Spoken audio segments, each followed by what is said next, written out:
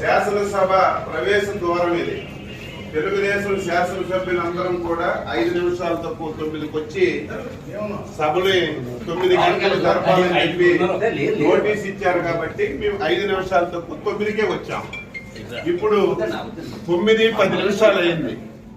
శాసనసభ కనీసం బెల్ల కొట్టలేదు.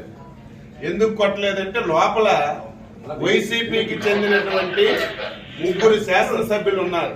అంటే ఈ ముఖ్యమంత్రి మీద, ఈ ప్రభుత్వం మీద వైసీపీ శాసనసభ్యునికి ఏం నమ్మకం ఉందో ఈ రోజు ఈ శాసనసభ సాక్షిగా ఈ రోజు తెలిసింది.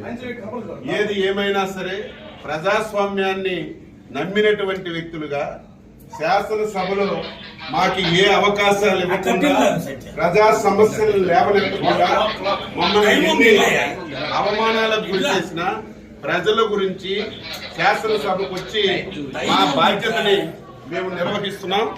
ఇంత దారుణం ఎప్పుడు కూడా లేదు. 9-8 నిమిషాలు అయింది. ఇంత దారుణం ఏది ఏమైనా సరే ఈ 5 సంవత్సరాలు ఈ శాసనసభలో ఈ రాష్ట్రానికి ఉపయోగపడినటువంటి ఒక్క చట్టం కూడా చేయలేదు. ఈ శాసనసభలో ఏ చట్టం చేసినా సరే ఈ రాష్ట్ర వినాశనానికి దారితీసిన చట్టాలే చేశారు.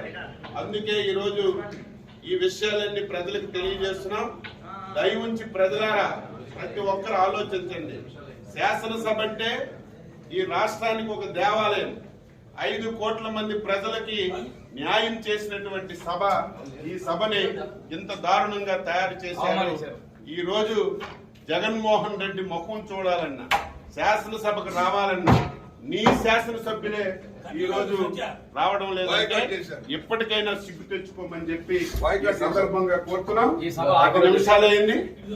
మేము ప్రజాస్వామ్యాన్ని నమ్మిన వాళ్ళగా శాసనసభని గౌరవించాలని 5 నిమిషాల తక్కువ 9కి వస్తే నీ అధికార పార్టీ సభ్యులు ఒక్కరు కూడా రాలేదంటే బుద్ధి తెచ్చుకో జగన్మోహన్ రెడ్డి అని చెప్పి